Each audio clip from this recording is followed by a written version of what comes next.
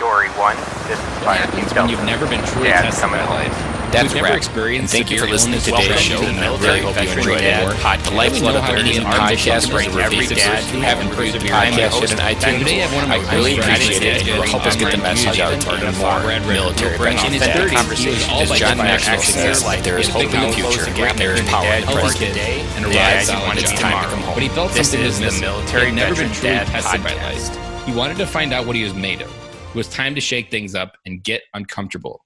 Brad talks about how he endured SEAL Fit Course training, the world's premier training event for foregoing mental toughness. He also talks about his Dad's Edge Alliance community that he's part of and named Fight Club. And now he has helped the men in his group develop and grow. Other things to know about Brad: he's 39 years old. He's been married for 13 years, 2 boys, a boy and a girl. Haley is 8 and Brody is 5. He is a consultant by trade and author and life coach by night. He's getting ready to launch School of Grit book on January 1st, 2020. And he is a president and founder of Operation Own Your Life, a company focused on helping veterans craft what he calls a desired end state where they can take their life to a different level than they're currently at. Brad, welcome to the show today. Thanks, Ben. It's a pleasure, man. Go ahead and describe your life right now and any gaps that intro you want to add to us. Any gaps, huh? My life is awesome, dude. Right now, I'm just in a really good place. When I look at where I am now compared to where I was even 5 years ago, it's just been an amazing trip. And nothing's perfect, right? That's life. Life's hard. We're gonna have curveballs thrown our way and different obstacles, but at the end of the day, it's just important to take that big picture view. And I try to do that. I actually try to do that daily with my own family, and it's great. I mean, I really cherish and try to cherish every day, man. So not being a veteran and now having all these superpowers to move your life forward and have mental toughness, why did you pick veterans to point your lessons learned to help them along the way? Great question, man. So I am a civilian, and why I'm choosing to work with the veteran community, there's several different reasons. But if I go back to when I was getting out of high school, I verbally committed to my best friend at the time that we were going to join the Army together. And he was going to try to be a Ranger. I was like, yeah, that sounds cool. Let's do it. And I chickened out, man. I got scared and I didn't pull the trigger. And my life took me another path. I went to college, and I wouldn't trade any of that, for the world, because I'm here where I am now, right? I was just talking to you about, life being good. And so one reason I wanted to focus on the veteran community is just I've always felt one of my life's big regrets was not serving this country in some form or fashion. And now that I've got the my business going, Operation Own Your Life, I feel like I can now serve those who have served us. So even though I didn't, take the oath and serve this country in that particular way, I can absolutely, even more so, take it further and just help those who are in need, especially the veteran community. So that's one piece of it for sure. And then, were you going to be an Army Ranger, or were you just going to join the Army and your friend was going to be the Ranger? I was going all the way, dude. I was going Ranger school. I don't think I would have been in the Ranger Battalion. Probably would have gone National Guard. And I live in Indiana, so it's a heavy National Guard area, but probably would have been part of that. I have no doubt I would have gone to airborne school, Ranger school, and all that good stuff. So I've always had an eye for, that kind of like tip of the spear type stuff. I can bet there's something there to unpack that through your 20s. You can tell me if I'm wrong here or off base, but probably, because I can feel it for myself in other areas, not with the military, but that somehow not accepting that challenge, somehow you probably always felt less than what you were capable of, and probably always had some ceiling on your head that was artificial based on that you told yourself so long ago that you weren't someone that joined the Army. Absolutely, dude. It's guilt ultimately, I think is what it is. And I lived with it for a while. I've come to accept it now. But that was definitely something that was with me. And my best friend in high school, he's still my best friend today. He was actually the best man at my wedding. So, and he's still in. So I think he's got 22 years in. He's a command sergeant major doing big things. And he tells me, he's like, dude, you would have been awesome. You would have been an awesome leader of men. And I'm like, hey, I love hearing that, but I didn't go that path, but I appreciate it. But this is how I feel like, this is the way that I can now give back, man, in my own way and try to impact as many, veterans as I possibly can. So it's kind of funny. I never thought about it when we've talked before. Like, we're exactly the opposite. You had your dare to be great moment to go all in towards something big, and you didn't take it. I just wanted to join the Air Force to be good at computers. And then somehow the Marine Corps came into my life, and I went towards something that was super crazy for me, for my point in my life, only because I didn't have the balls to tell them no. Absolutely, man. It's a crazy dichotomy we have. Yeah. And it's also interesting of how even though your life path took a different path, it still ended at the same spot on the other side, that there's a world where you could have been doing this exact same thing had you even served the military too. It is, man. And you know what? I do feel like I'm a patriot at heart, man. Like I do. I love this country. I love anything, all branches of the military. And UP, red, white, and blue. Yeah, exactly. So go ahead and unpack what it is that your book is going to try to deliver to veterans when they were going to read it. Sure. So the book is called School of Grit, and it's not necessarily a book that's geared, 100% towards the veteran community. It's geared towards anybody. And so it's based on my life, at least the beginning of it. And when I look back at my life,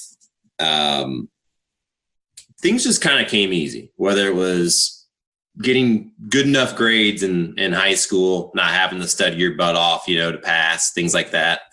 Did I apply myself in high school? Probably not, but I didn't have to. I had that aptitude. And I'm not going to get into the argument of whether you're born with that or you have to do some sort of studying to get there. That's for another topic. But I look at that. I looked at my family life. So I'm the oldest of four. And I had a great upbringing. My parents are still married today. We have a very loving family, and family comes first, and will always come first with me. It's something I learned from both of my parents. So, I never had to experience, divorce or growing up in quote unquote like a broken household, things like that. Health wise, I've always been healthy. Actually, just about everybody in my family has been blessed. We have had some issues just here recently. But what I'm getting at is I never really felt like I knew what I was truly capable of, right? Like things had come kind of easy to me. Like, I went high school, then went to college, got through college. I had trouble getting jobs when I graduated. But I circumvented that, grew past that. And then, I had some really good careers and still have a really great career going in the higher education space, which I really like. But when I was 35, I was just staring at myself in the mirror, and I couldn't answer a question, man. And the question, the voice that was speaking to me was, I think it was God. And I'm a spiritual person. I don't go to church probably as often as I should, but I am spiritual. I do believe in God. And the voice I heard was, you're not pushing yourself. You're capable of more. And I'm like, well, what is it? What should I do? And I happened to, that day I was on the computer, saw a video on YouTube. I just stumbled upon it, and it was this company called SEAL Fit by Commander Mark Devine. So he runs it out of California. And SEAL Fit is It's a program that teaches physical fitness, but also mental toughness as well. They have a program called Unbeatable Mind. And man, the video just like spoke to me. I was like, all right, cool. I'm gonna sign up for that. And Are you normally the kind of guy that just randomly signed up for stuff like that? I will. Like, I'm the type of person, if something's speaking to me right then and there, I'm just going to take action right there. I'm not going to care. I'm going to go after it. And that's something my wife actually just recently told me. She's like, you know what I love about you? And I was like, is this a loaded question? Or Is this a setup? Yeah. She's like, when you get inspired, you jump in with both feet and you don't care. And if there's a wall, you're either going to go around it, above it, or through it. Like, that's just you. And I was like, thanks. I really appreciate hearing that. So long story short, was looking into the SEAL Fit piece, and then they had another video, and you could actually still Google it, I think, to this day. If you type in like SEAL Fit coaches and look it up, it'll bring up something called Kokoro Camp. Okay. And I didn't even know what Kokoro meant, but Kokoro means, I believe it's a Japanese term, but it's the blending of your heart and mind into action is what Kokoro means. It's like some samurai stuff, right? Yeah, exactly. Going back to like some samurai days. And what Kokoro Camp does is it's modeled off of Navy SEAL Hell Week, which is typically, I think it's like a week. It's like 120 hours straight with zero sleep. This is a very step down version, but it's open to civilians, and it's 50 hours, actually over 50 hours straight of just nonstop physical and mental beatdowns, we'll just say, with a purpose. I mean, they all have lessons behind them. And I saw the video, and I still remember it to this day. It was Mark Devine on there, and he said, rejoice in adversity. He's like, rejoice in adversity, right? And I'm like, okay. He's like, how do we grow as human beings? It's through adversity.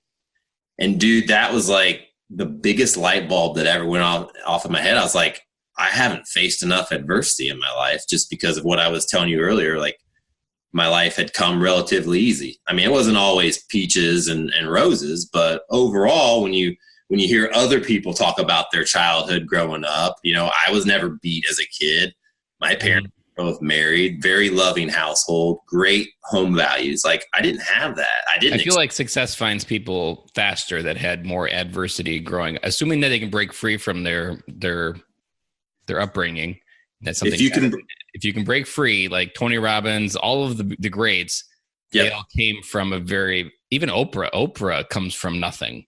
They all do, right? Like, the most successful people often come from some of the most adverse situations, if they can break free, which is a big point.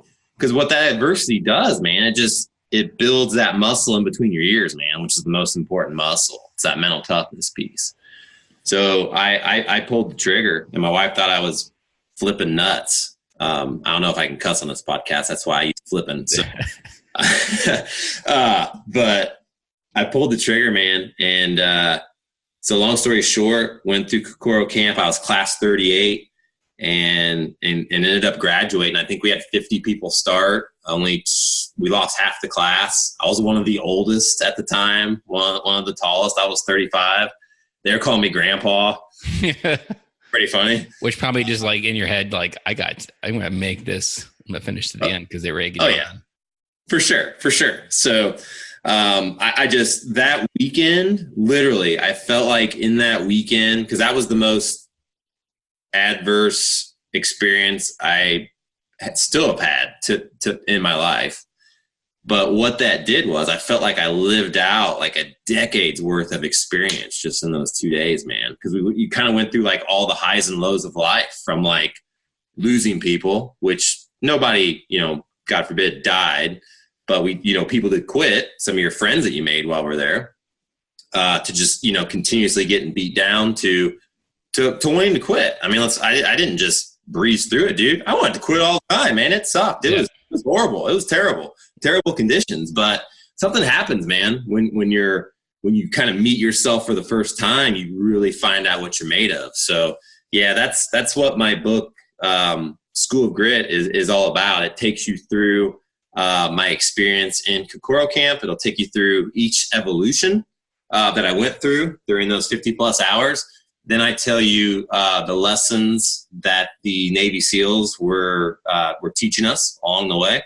Because it wasn't like real buds. You know, I do want to make that distinction. Like I do not want to be a Navy SEAL. So let's just get that straight right now.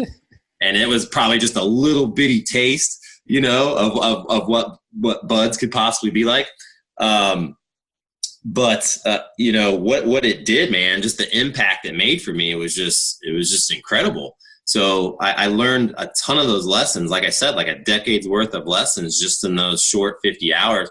And then I take it a step further, man, in the book, and I apply it to everyday life. So whether it's raising kids, you know, being a husband, working at a job, I apply those. So I think that's really the piece that'll resonate with the veteran community, since y'all have been through some sort of, you know, boot camp, some sort of style of that, and maybe even further, right? Depending on what schools you may or may not have gone to, is just, you know, that grit that you build in those particular schools and how you can apply that to life, right? Because you get trained up when you go in the military, right? They train you for that particular job. But when you come home, and especially if you're transitioning out, there's not a whole lot of training out there to be a dad that I've seen. We know there's certain communities that exist, like Larry Hagner's Dad's Edge group, which I'll drop, which has made a tremendous, you know, impact on me. But I mean, think about how many people are out there that don't know that even exists, you know? Yep. So I think that's the part of the book that's really going to resonate with the veteran community. It's just how that all applies to civilian life. And there's a part that you were unpacking there that our common friend in the Alliance, he taught me this, that to rephrase kind of, and I didn't really have PTSD. So this, when he described it like this, it really helped frame it in a different way, that instead of like PTSD, it's really more like post-traumatic growth disorder. Like you just experience 50 years of life experiences in sometimes 10 minutes. And it's really trying to unpack all of that growth. And it is really like you just learn how to lose a friend, which isn't something maybe you learn till you're 40, or until you don't learn to be alone in your family or lose your family if maybe you're the only one survived until you're really old. You don't know what it's like to have all your friends gone and you're 88 and all your friends that you knew have already passed. Those aren't things that you're supposed to learn when you're 22. And there's a lot. When you've talked to a veteran, is there a lesson with adversity and how to apply it that you've found most useful? You know, or a question that you ask a moment?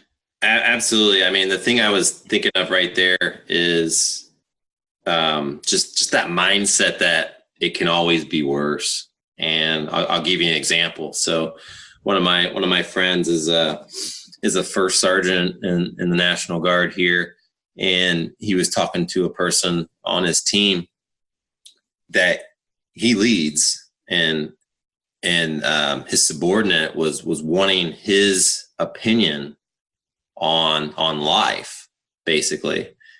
And what this subordinate had, like 4 Purple Hearts, had served, I don't know how many tours. It was just like 4 or 5. I mean, just has been through the ringer, yet he's asking for help, right? Which is to me, so beautiful, you know, asking your boss, right, for help, knowing that, you know, he hasn't seen as much quote unquote action as the other guy had. So that's where my mind immediately went, is just having that mentality of, you know, no matter how bad it sucks right now, no matter what I'm feeling, no matter how gleam the outlook is, like somebody has got it way worse than I do.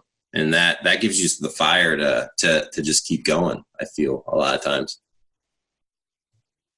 When you switch into the coaching business, there's something that you our mutual friend Larry Yash taught us, the desired end states. So unpack that a little bit of what desired end states is and how you use that in your coaching program.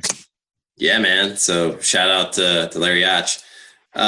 So yeah, desired end state, right? So it's critical. It's the first thing you should think of. In particular, if you're a veteran looking to, maybe you're still in the military, but you're looking to reinvent yourself doing something else, which is totally cool. Or if you're in the military and you're looking to actually get out and actually get into civilian life, a lot of people will just run and get that first job that kind of comes their way, right?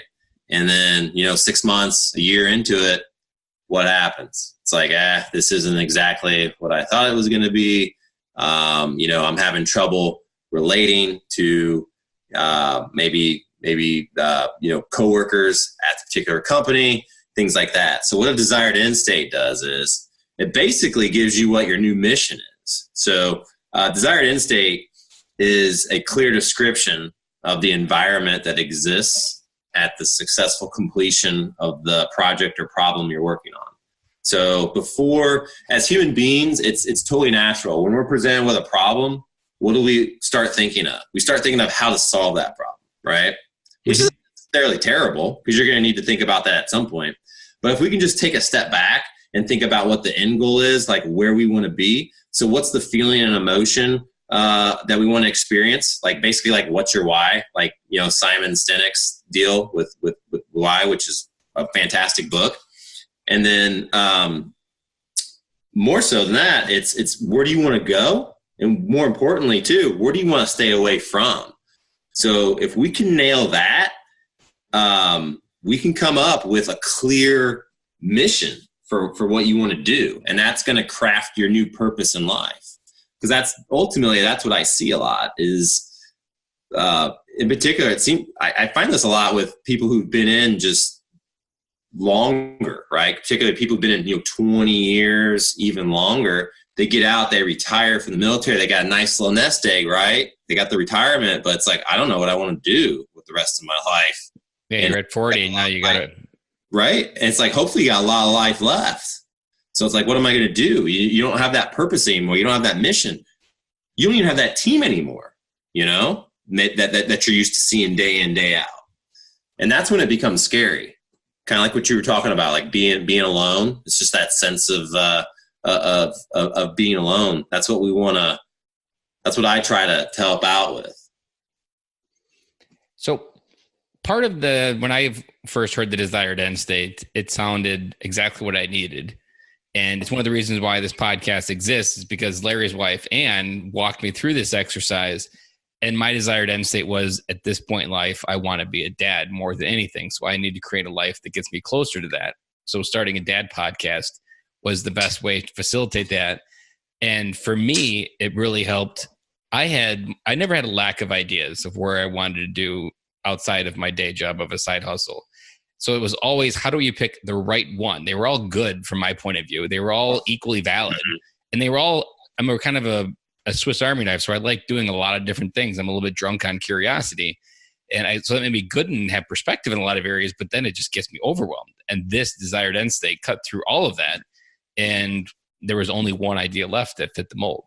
So, and it really paints your picture. The other part that I liked about the process was when you get to the desired end state mentally, when you're trying to describe it, you will physically describe what would happen if you don't get there. Am I saying that right? I feel like there's another way they say it. Yes. Yeah, it's basically it's what you want to stay away from. So it's like, and it's like the doom and gloom of it. Like you're really going, what's at stake if this desired end state? It could be divorce. It could be your kids don't know you. Your kids abandon you. These are the worst things that could happen, which is on the opposite side of that desired end state if it doesn't happen. Yeah, it's a great point. I tend to start with the negative first. What happens if you don't achieve it, and keep peeling back the onion, and eventually I can get to some pretty crazy stuff. I know it did for me. Like, wow, I'm going to be depressed or have severe anxiety, or you were going to be that classic laying on your deathbed, meeting the Brad Ritter that could have existed. Like that's the best way I've heard describe the devil. Like the devil wins when you see the person you could have become on your deathbed. Dude, I love that, man. I'm letting that sink in because I love what you just said right there. You haven't heard that before? No, I don't think I have. Not put like that. It's not mine. It's from Napoleon Hill's The Devil's. Oh, I can't think of the full title of the book, but Napoleon Hill was a secret book that he wrote in the 1920s that never got released and didn't get released by his family until 2011 because they thought it was so controversial. And if you don't know Napoleon Hill, he's the author of Think and Grow Rich and what's the other one? Influence Friends? No. Something along the lines of influencing people. And this book is based on a conversation that he made up with the devil, that he had a conversation of how the world works. And he wrote it in this book. And he wrote that like the devil wins when you're lying on your deathbed and you get to meet the version of yourself that you could have become. Like I hear that playing in my head over and over multiple times a week of starving the fear, doing things that scare the hell out of me, because honestly, it's really about painting that picture of what that looks like, me lying on my deathbed and seeing that version of Ben Killoy walking by, that scares the hell out of me even more. So it's like outweighing the fear on one side. It's like, that scares me more than whatever I'm doing now. So I'm going to do this. Love it, dude. Have you read David Goggins' book or listened to his audiobook? I haven't, but it's been coming on my radar like 3 or 4 times between the community that we're in. It's getting it back up there. Because that guy's got it. I've heard he's a Navy SEAL as well. And he went through like what sounds like almost hell, literally, of like forging the iron in the forge of the hottest furnace. His whole life was hell, which is interesting. And I won't go too far into it, but it's one of my favorite. Get the audiobook too. It's better because he talk. It's like a podcast. It's like this. It's like a podcast interview while someone else is reading the book. It's fantastic. I've never heard it done like that. He mentioned something similar about that, and I can't remember what chapter it is, but something to the extent of, when he goes to heaven, or hopefully you go to heaven, right? But so if you're up there and God's talking to you, it's like we'll show you this highlight reel of your life and all the stuff that you could have achieved, right? And it's like, okay, did you do all this stuff, or did you not embrace the suck? Did you not starve the fear? Did you, all that stuff we can say, and did you just kind of live a just quote unquote normal sheltered life? And he's like, I hope I get up there and God's like, you shattered all my expectations, because that's coming from God, right? Because you gotta know his background and his story. I mean, it's incredible. He speaks to everything from being the only black kid in school to being obese. The dude weighed 300 pounds and had to lose 100 pounds in like 3 or 4 months to even try out to be a Navy SEAL. And then he went through BUD/S like 3 times. And that's just that piece. He went to Ranger school and ran ultra marathons and just all sorts of cool stuff. But it's fantastic read, man. But when you were telling me that about Napoleon Hill, I was like, interesting, because it's like the opposite way to explain it. Yeah, it's kind of opposite, because this one comes from like you're in heaven and they're showing you this highlight reel of your life and how awesome, you could have been. And it's like, okay, well, did you actually do that? Or did you get close to it? Or were you not even close? Were you so far off the mark, like, I don't think we're going to let you in or something? I don't know if that's the direction it was going, but it was interesting in the book. I listened to Christian radio on the way to work, and there's a song, and I'm going to murder the name. I can't even think of the title of it, but there's a verse in the song, and they're talking about like, you have all these things wrong in the world. There's crime, there's rape, there's murder everywhere. Why don't you do something about it, God? And the reverse responds like, I did. I created you.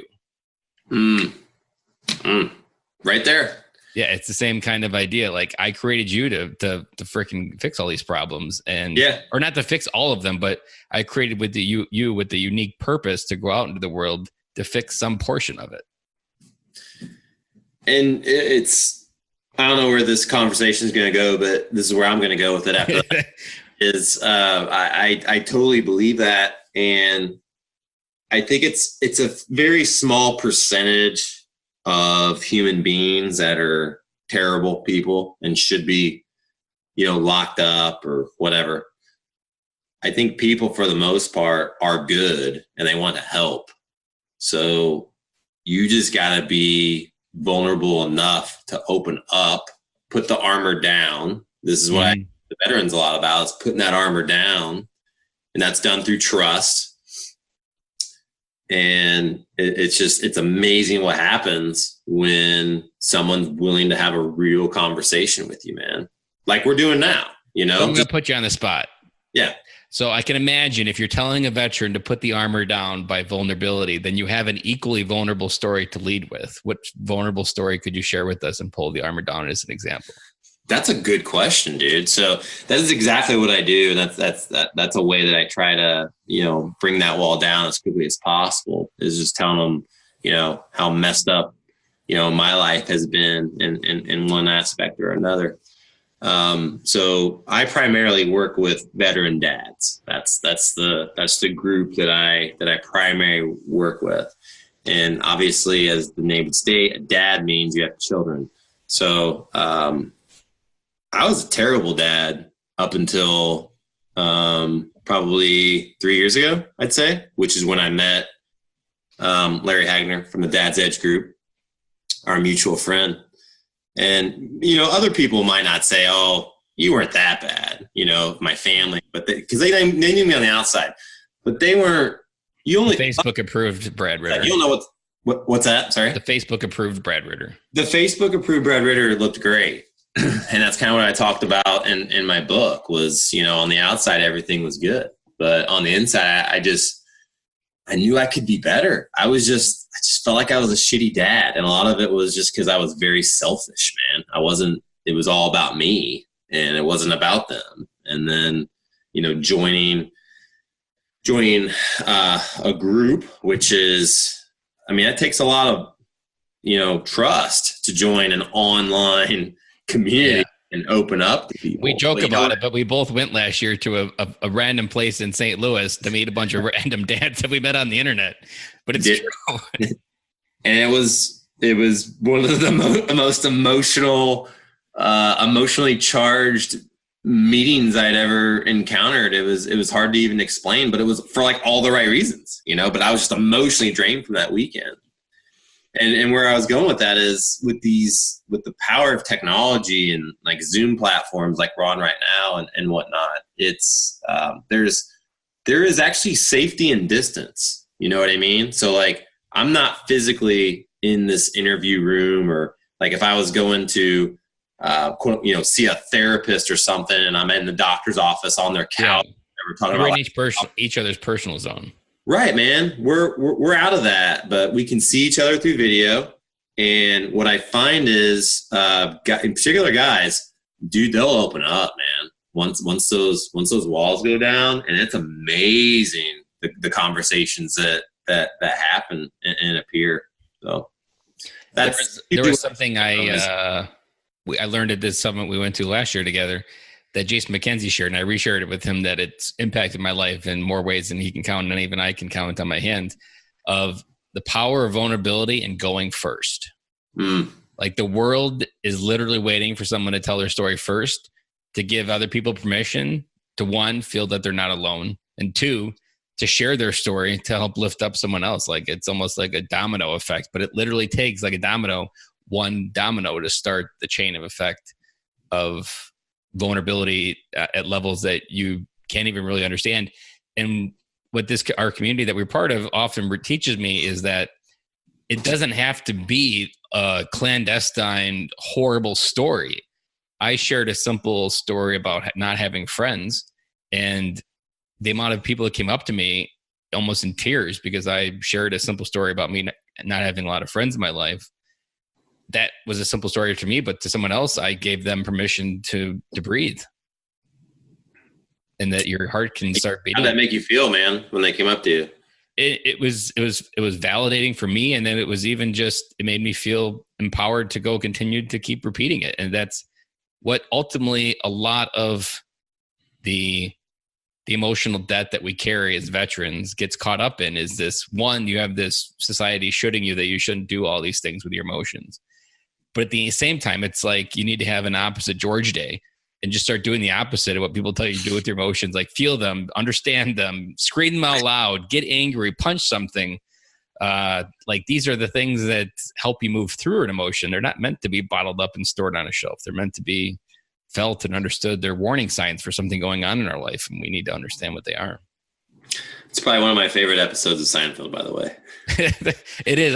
I use it often in, I remember the moment our other mutual mentor, Vince Milghese, he put that in his book. And I remember reading that and I was like, I had no idea he was a Seinfeld fan. Now I know why we get along so well. What a great show, man. But spot on. So what desired end state have you created for yourself? If you were to read it out. So I wish I had it. It's like a paragraph. I should have it committed to memory, but I actually have to pull it out and you hit me on the spot. But I'll give you like the, give us the bridge version. I'll give you the, you know what?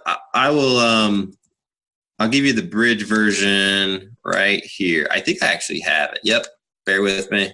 I have it saved in my desktop. So I'm on my computer. At least it's handy. Yeah. Let's see.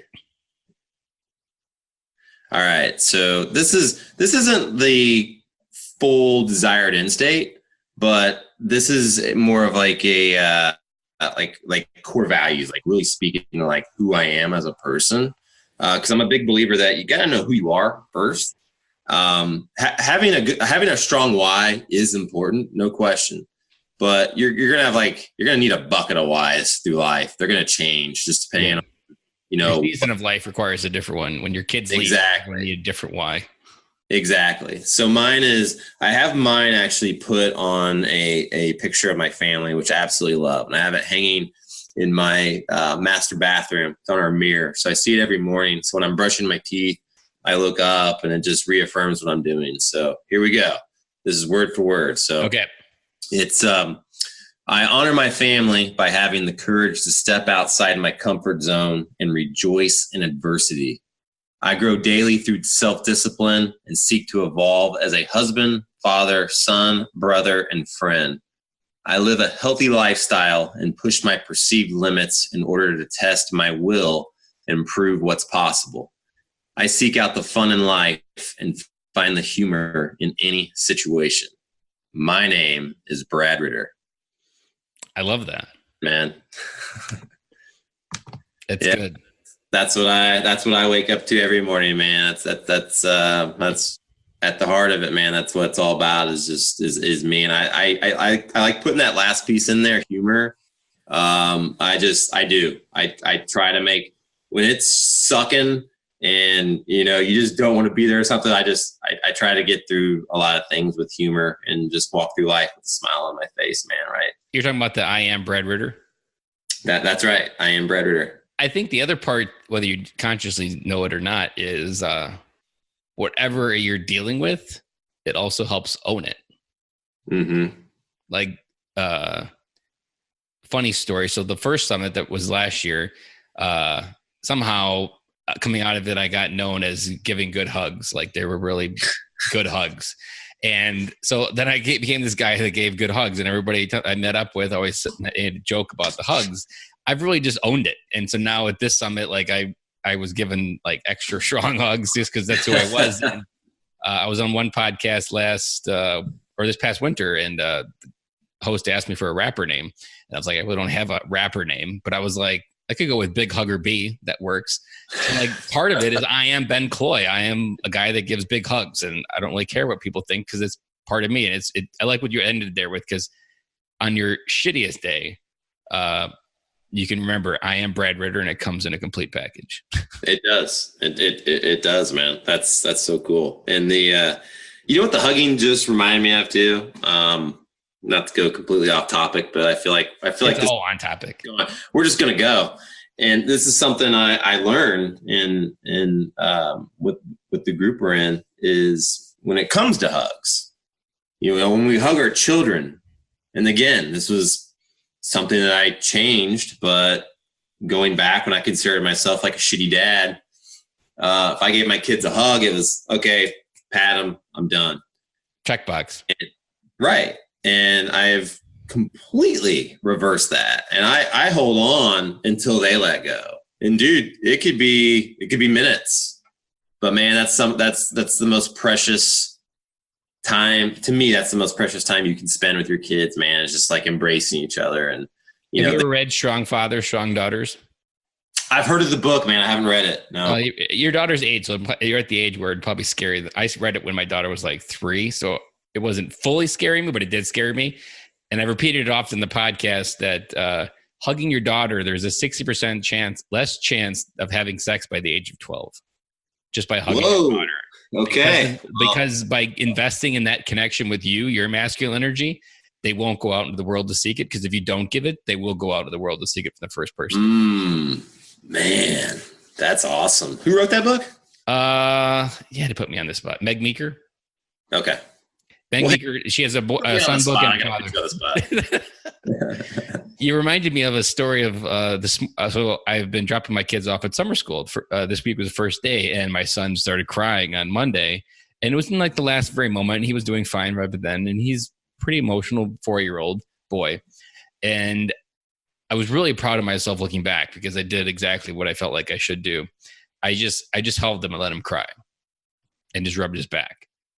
And it maybe like 30 seconds, he stopped crying and then looked me in the eye and said, "When are you picking me up?" And I was like, "Right before lunchtime." And it was good. And he's cried every day this week so far, but every day it's been getting less. And I'm not judging. I'm telling them to stop that emotion. I'm just being there with him in that moment to reaffirm what he's feeling. Yeah, that's beautiful. Again, I had that all wrong years ago. I would have been the, hey, stop crying. Stop fucking crying, just turn it off. And I don't do that anymore. It's an emotion. And dude, you handled that brilliantly. So kudos, man, to you. Could have been differently on any other day, but somehow this week it's been good. It could be part of maybe I'm just building up or I'm more calm before the storm because my wife's going to China this next coming week. And single dad's going to be all week from Friday to Saturday, just me and 3 kids. So I'm taking vacation off for the whole week. So that's kind of like the insurance policy that I survive. That's good. That I don't have like too many pressures in my life, that I can just show up and be dad and work through. So China for a week. Wow. That's school district pays for it to go over there and kind of like, it's like a teacher exchange kind of. She teaches something over there and then they teach her also for different examples for what stuff they do. Interesting. Yeah, that's something that, again, like looking at the similarities between civilian life and military life being gone, right? So, and the military, you could be gone at whatever, for schools, being deployed, what have you. And in the civilian life, like for us, I know you travel, I travel as well, man. That is totally taxing on a family. Mm-hmm. And it's easy, especially for dads in 2019 in American society, to just prioritize their career and to not recognize what was needed. That Bob Martin, the guy that I was telling you about, I just interviewed, he got a divorce when he was 34, and his role as a father, and we talked about it in the podcast, and it was really powerful. He saw his role as a father as being the provider, that you could work 12 hours a day because that meant he was just providing more. But the other categories of where he was supposed to show up were bankrupt, and it all came crashing down. It's like I've heard you say multiple times on your podcast, how do kids spell love? TIME. That's right, brother. That's what they're not going to remember. How much you made, what your W-2 looked like, all the gifts you got. They're going to remember, were you there ultimately, or were you not? So as we wrap up the episode, let's leave dads with some action items with creating a desired end state. What's the shortest process to start one, or where do you begin to try to start putting the puzzles together of figuring out where it's supposed to go in the end? Yeah. So, I mean, that's a great question. So there's all sorts of tools out there that you can use, but the ultimate thing is, and I would encourage, sitting down with somebody to actually craft this. It doesn't have to be, quote unquote, like a coach or whatever, just, somebody who has your best interests at heart. And I'd go through, really it's 3 steps to the process. So when you're looking at your desired end state, what you're going to want to do, number one, is you're going to want to share your background of history, right? We got to have that common concept of operations. So if I'm sitting down with someone, and it's the first time I've met them, I can't possibly craft, your future life without knowing where you've been and what your history is and your background. So we're going to dig deep into that, man. Like that generally takes the most amount of time. I've had it take 2 hours before with certain individuals, just because there's been a lot to unpack there. But what comes out of that is just, it's so emotionally charged, but that's where we start. And then the second piece where we'll go from that is once I'm on a level playing field and I know what your background is and what your history has been, we're going to look at obligations and commitments. So we're going to look at, okay, what's your current state? What are you obligated to do? What are you committed to? What are your non-negotiables? And then like, what do you have available? You know, and that can be looked at as like time, money. Are you, subject matter expert at something you can get paid for, whatever that might be. I mean, there's different questions we'll go through on that. And then the last piece is we kind of tie that all together and we look at the future. And it's like, where do you want to go and what do you want to stay away from? Kind of like what we were talking about earlier. And we usually start negative. That way we can end positive. So we'll start negative and really do a deep dive, sort of like it's like one of those vision type exercises where you almost like close your eyes and somebody's asking you. You keep going down that track. Like, okay, if XYZ happens, how would it affect this? And then how would it affect that? And then you get into some pretty scary stuff, man. Honestly, it usually ends up being like you're going to be, depressed or divorced, or your kids are going to disown you, or you could be suicidal. I mean, that's the type of level we're trying to get to, because ultimately that is where you could possibly go if you don't take care of the obligations and commitments piece. But then we do that mind shift and we get away from the negative. And I usually tell people to take a break, because when you've been caught in that negative setting for a while, it takes a minute to kind of shift gears.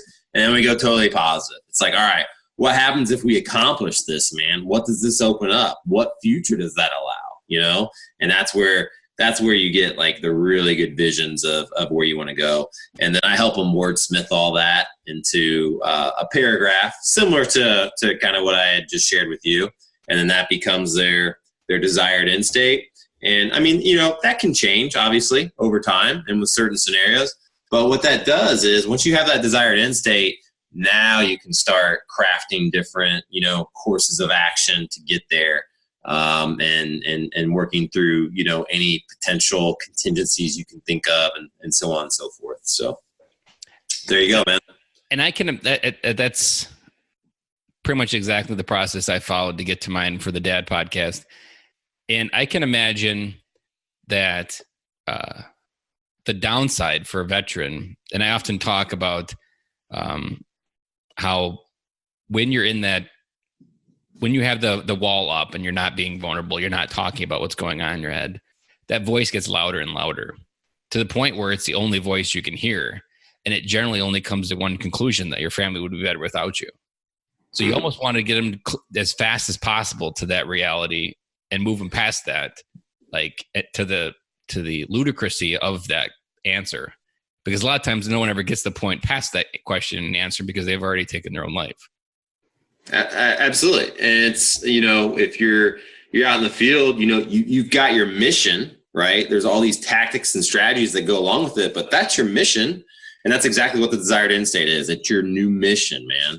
You don't want to be a Ronin, which is a samurai without a master, right?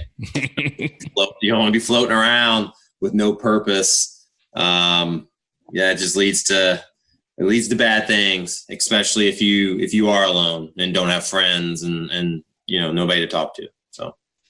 So luckily, I'm an organized podcaster, and I actually found my desired end state that I crafted. Positive. All right, dude. Lay it on me, man. At least I'm pretty sure these were the final copies. These are close to it. So the negative side, we'll start with the negative.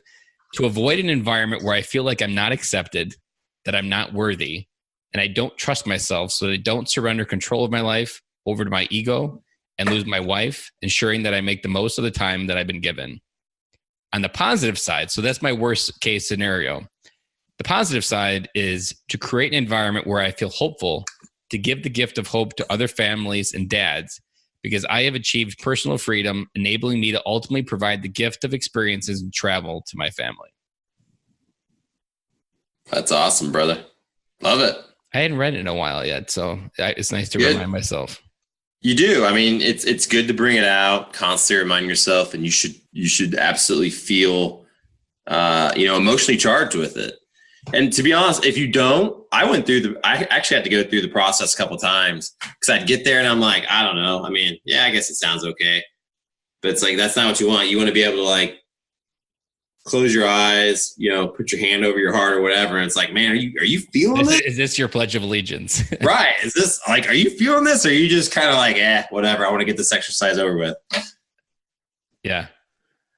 I like that. Do you have any favorite story that you'd like to share of a positive outcome of someone that crafted this life other than yourself as a spitting billboard of this? Is there a story that you want to share how someone's moved their life forward by having this?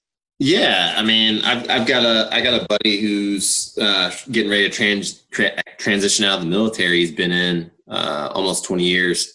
And I was like, hey dude, I want to do this with you, cause I know how powerful it is.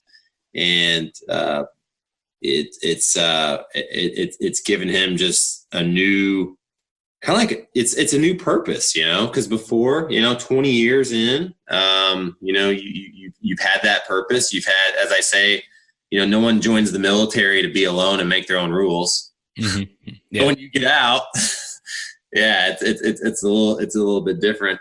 But since then he's gone to work in a corporate gig, but it's around a charity, which is near and dear to his heart. And I mean, it's beautiful. Now I don't know if it's all gonna, if he's gonna retire from there or what, but at least for now, man, he feels like he's doing, passionate work, things he was actually put on this earth to do. Man, that's ultimately what it's all about.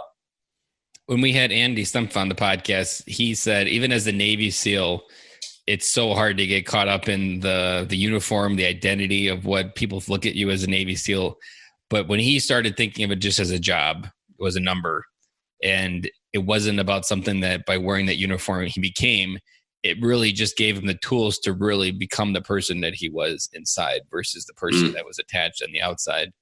And we've been talking really heavily in the podcast lately about legacy, and that many veterans get caught up on what that legacy of their service meant. Like, why did I die and why did he survive? And why did I get to come home and my brothers didn't? And in reality, that it's because we never switched from our legacy of our service and focused on the legacy of our family. Like, everything in the military is a fact. It's over. It's in the past. There's not a single thing or thought that you have that allows it to change. But the one thing where all those tools and experiences and growth, as we talked about, happen is in life with your family. Like, we had a podcast episode, Reese Lauder. He was on the podcast, and he was a combat correspondent in Afghanistan and Iraq and saw a lot of things over there as well. And he come home, and during his transition process, his wife was diagnosed with brain cancer. And we were talking on the podcast that in some ways, a little bit of what his experience in Iraq gave him the growth that he needed to go through one of the hardest things he could go through. And he's my age, 34, around 34, I want to say. And like, without that extra growth, it could have been something that destroyed him. So it wasn't something that held him back. It really allowed him to walk through something that is the most scary thing you can think of, is losing your wife. Absolutely, dude. Before your life has even got started. Absolutely. It's that whole adversity piece, man. I go back to, and when you're in, if you're in the military, it's all adversity, or a lot of it is, right? It's being shoved at you all day, every day, especially if you're deployed, which is how you can get those decades worth of mental toughness, emotional resiliency, whatever you want to call it, to be able to use that to go into life and just kick ass, man, and help people. I mean, that's really what it's all about to me, is service to others. So, and even Andy Stumpf, he was telling, like, he'd like to get to a point where he's not known as a Navy SEAL. Like, he's created so much of an identity of who he is outside and value of what he is to the universe, that people think of him as Andy Stumpf versus Andy Stumpf, the Navy SEAL that flew 40,000 feet in a wingsuit to raise money for the Navy SEALs. Like, that's all part of that identity, but he wants to be something different than that someday. Mm-hmm. Absolutely, man. And he was starved to fear a little bit, and he moved his family to Montana, back to where his wife was. He wanted to get outside the normal world that he was living in, and decided to create a new one. So I think there's a lot of lessons to be learned for getting outside of your life to see where you need to take it. It's funny how when for me, when I experience that, it's always when I'm around nature. I don't know if it's something about nature, man, just doesn't. I agree. It's why veterans are always going fishing and in the mountains to work through their issues. Yeah. And I'm a big fisherman. That's my favorite hobby. And someday I will be. I have a horrible story that I've been fishing multiple times, and I'm 34 and I've never caught a fish. You never caught one? I have never caught a fish. It's you got a stain in my existence that I don't spend enough energy to get rid of, but I have been legitimately fishing with all the right stuff theoretically, and it just hasn't worked in my favor. When I catch one, it'll be like $1 million, but I'm not proud to say it, but I'm a 34-year-old person who's been fishing and never caught a fish. Dude, call me. We'll fix that right away. I've had a couple of people in the dad's group say that, like, I just want to drive up and get you on the boat. That's right. So after the SEAL Fit, did you connect, or do you go on any type of regular nature hikes or anything like that? Yeah. Well, it's funny. So after SEAL Fit, it's it was a weird scenario, because the question Mark Devine posted to my class that graduated right afterwards, he's like, "What's next?" Because you got to keep pushing. So, all right, you had this awesome, audacious goal. You know, you worked your butt off to get it, which, I mean, I trained hard for, 4 to 5 months to achieve it. And then you achieve it, and now what? There's something called like the arrival fallacy. I don't know if you're familiar with that. And it's just recently I've heard it explained. Yeah. And it's an interesting concept. And it's almost like one that the American dream is built on, because you actually never get there, because it's just consumerism tells you should keep buying more. Exactly. So the idea is just to keep pushing. So yeah, I still absolutely get into nature. I'm fortunate enough, my parents live on a lake about 30 minutes south of here, so I can easily attain that. And I take my kids fishing, and they've caught lots of fish, which I'm sure will put a smile on your face as I'm looking at you. Because my kids haven't caught one either, and they've been a few times. So absolutely, I still sustain on our existence. Yeah. I still like to sign up for something that scares me once a year, something sort of epic. So this year, and usually in the physical sense, I find peace through suffering. As crazy as that sounds, it's just true. Like I love a gnarly workout, like give me a 45-minute hit type workout where I'm just, smoked and exhausted. Yeah. Where you're so gassed, like literally all you can concentrate is breathing. Like that's like meditation to me. I don't know. That's where I get it. But, so anyway, long story short, two friends of mine who are, in the Guard, we're going to do a Go Ruck, star course. It's a 50 mile race, which scares the crap out of me, dude. Cause the longest I've ever been on a ruck is easily under half that distance. So is this you and Dan? What's up? Is this you and Dan or someone else? No, someone else. I think Dan's going to be there though. I was going to say, it sounds right up his alley. Oh yeah. I'm pretty sure Dan's going to be there. I think Jason McKenzie's going to be there too. If I'm not mistaken, but it's in Indianapolis. So that's my big, like, scary, physical one. But even way bigger than that. Going back to that question of, and this is something I talk about in my book, School of Grit, of, what's next? Operation Own Your Life is next. That's what I feel like I've been here to do and put here to do, is to take this knowledge, take what I'm good at, which is coaching and helping people. And I want to apply that to the veteran community. So that's my next big, scary, audacious goal. Because I'm not gonna lie, dude. I'm a civilian. I've never served, so I had to get over like, oh man, how am I gonna talk to veterans, man? I don't have that experience. Like, who's gonna listen to me? How are they gonna trust me? You start getting all these negative emotions and negative self-doubt in your head. And we all get it, no matter what we're doing, especially if it's something new. But man, you just gotta put that stuff aside, and you just gotta do it, man. You just got to get out there and do it. Put yourself out there. And I can imagine when you talk about what's next, that's a question that's never really asked to veterans. We have the process the military gives us, which is, oh, what's next is a job. Oh, what's next is a family. And then what's next is a depression that follows because you end up in a world that you don't actually recognize. And I can imagine a lot of veterans hearing this right now, probably just feeling like the life is in neutral. Like they lived and did all of these epic things, and it's not that their life just no longer is in drive. Right. Absolutely right. Needs a new direction, man. Gotta get out of that stalled zone, because there's more than just your service. There's a lot more. Yeah, and there's other ways to challenge you mentally and physically as well. There's a story that I don't know whether you'll laugh or cry about it, but I'll tell you anyhow. I don't think I've told it on the podcast yet. So going back to Okinawa, it's 2004. I just got on the island.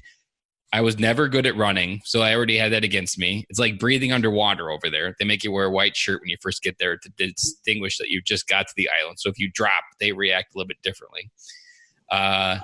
And our platoon sergeant was the poster board Marine, and we're running. And I had pretty much known my Marine Corps career as the guy that was always falling out of formation during the running. So I'd always had this idea of giving up in the formation. That was always something already there in my head. And at the top of his lungs, he turns back and he says, "Kaloy, are you weak?" Thinking he's going to motivate me. Me instinctively, without even thinking about it, I just answer, "Yes, sir." And I remember this moment like it was yesterday. It's a little bit, it used to be like a plague. Like it was kind of like, that was the default state of, yes, I am weak. What do you want me to do about it? Accept it. But at the same time, I remember that moment as kind of like my dare to be great moment, to move past that to, it'll never happen. But if I were to replay that, like getting to a point where, and I'm positive I'm there now. I've worked through my stuff enough to say that, like, if he yelled it back, I would say yes, or no, sir, I'm not weak. But that moment plays around in my head over and over.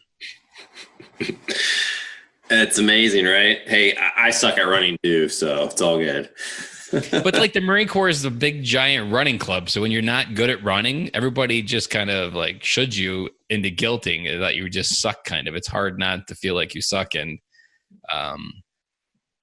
even like towards the very end, I got my very best 3-minute mile was 22 minutes when everybody else is usually, when they put their effort in, they can get it 20. Like I put my best effort in going to the gym and aerobics during lunchtime. And the best I got was 22-minute run and 10 pull-ups. That was the max I could got, which equated to my gym fear when I got out. Like I had this idea that I did give it my all and I got nowhere. I didn't get nowhere, but I didn't get to where I needed to go, the finish line of what the perfect PFT in the Marine Corps was. And that fear of failure scared me for almost 10 years. And it wasn't until Chris Hughes pretty much held my hand through the gym and just gave me the workouts and I just needed to show up that took a huge pile of fear. There wasn't of, am I doing it wrong or right? I just need to show up and do it. So, and I think that's what you've got with the coaching, is that so much of what we need to deal with in life is overwhelming. And there are processes that work, but you can't hold the flashlight and walk at the same time. You need that person in front of you. And I often describe what Chris Hughes for me was like, it's like the yellow brick road in the land of Oz, but he was laying brick by brick in front of me as I was walking. I didn't have to worry about that. And then those bricks just told me where to go. Perfect, man. That's a great analogy. And I've equated that a couple different times for coaching. And even when I give other people advice about going to the gym, I'm like, if you've got a big pile of fear, you need to outsource some of that, because it makes the burden of trying to walk through it a lot less. And it becomes almost just easy. And now after a year, I've gone to the gym 4 times a week now. That's outstanding, man. And I think the what next for me is a a marathon. I've never done a marathon, and I'm scared of running. I hate running. So I ultimately feel like that tells me that I need to do it more and get through this suck and the limiting belief that I'm not a good runner. And I think it's more about training. And I found it in the oddest places. So on days where I was maybe overly tired, because I go to the gym at 5 a.m, and there's days I'll drag my ass to the gym, but just not feel like doing the weights. I'll go on the treadmill. And because I hate running, I'll just walk on the treadmill really fast. And then there was another guy next to me. He pumps it up to like 12% incline. It looks funny. And I was like, I should try that. So I started doing that. And I would just walk at 12% incline for like 20 minutes. I could run really well after doing that. If I lowered it back down, sped it up, I could run a mile almost without really any of my legs shutting down or any. And I was like, I think I just need to train differently to prepare for it. So it really helped affirm that I just didn't apply the right process to get to where I wanted to go or the result that I needed. Yeah. If you keep doing the same things, you're going to get the same results. And you have to really ask the question of what those conclusions are telling you and how those conclusions are driving your life. Like a conclusion that I'm not a good runner will drive my life to never do anything related to running. Yeah, exactly. And I mean, a lot of that's, fear-based, which, I mean, fear drives a lot of our choices. It can almost be argued it drives every choice we've made. Yep. The girl we ask out, to the job we interview for, to whatever. And I know Larry Yach, who we mentioned earlier, puts it really eloquently, that you have to realize fear and courage go hand in hand. And what he was meaning by telling me this is fear is simply an opportunity to show courage. So let me give you an example. So are you afraid of snakes at all? I absolutely hate it. My daughter loves them and wants me to read books all the time. And I'm like, I can't do it. I can't do Perfect. it. Perfect analogy here. So I'm not afraid of snakes. So if we're together and we're walking in nature and a snake goes by, or say one's coiled up and I go and I pick it up, am I showing courage for me? No, I think you're just doing something. I'm not afraid of it. So It's no big deal. But if you, on the other hand, go pick up the snake, you're absolutely showing courage. So what Larry was trying to impress on me is, those who have the most fear also have the biggest opportunity to show the most courage as well. So it's just, goes in that whole mindset of how you actually view it. Kind of like talking about I'm just not good at running. Well, if you use Carol Dweck, who wrote the book Mindset, just add that one word, right? That begins with the letter Y. It's 3 letters. And that word's yet. I'm not good at running yet. You'll get there. So it's just changing it up. And you hit something right on the head there. It's almost as our society conditions us to be more mediocre and to do less exciting things with our life, the capacity for fear increases almost. Like there's a greater quantity of it in our life that keeps us mediocre. It keeps us watching Netflix instead of doing something different. Mm-hmm. And I've never thought about this, so this is a fresh thought, but you could actually argue with the amount of fear people have in America for doing something purposeful with their life, which I would consider it an abundance, ginormous amount. I couldn't even extrapolate a number to it. Probably relationship to the national debt. If you switch that capacity to the amount of courage, often that's also what America is great at. Is people often will say Americans have some of the strongest courage when we are tested, like at 9/11. That was a very courageous time where people did things that scared them. Yeah. And it's almost a little bit like it's untapped potential in some ways that if you truly woke up America with the idea of fear, it's almost like when Japan bombed Pearl Harbor and woke a sleeping giant. Mm-hmm. That potential was there. They just poked the bear and it started moving. If America really tapped into the amount of fear that we're producing in our life, because we do have the freedom to do anything, but we have this so much fear, we could really do anything and be the Americans that we are on paper, at least.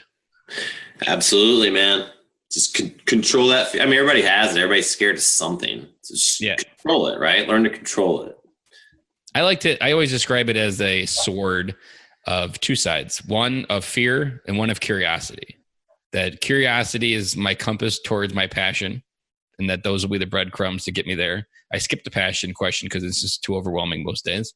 But the curiosity question I can deal with. I'm naturally curious about a lot of things. And the other side is fear.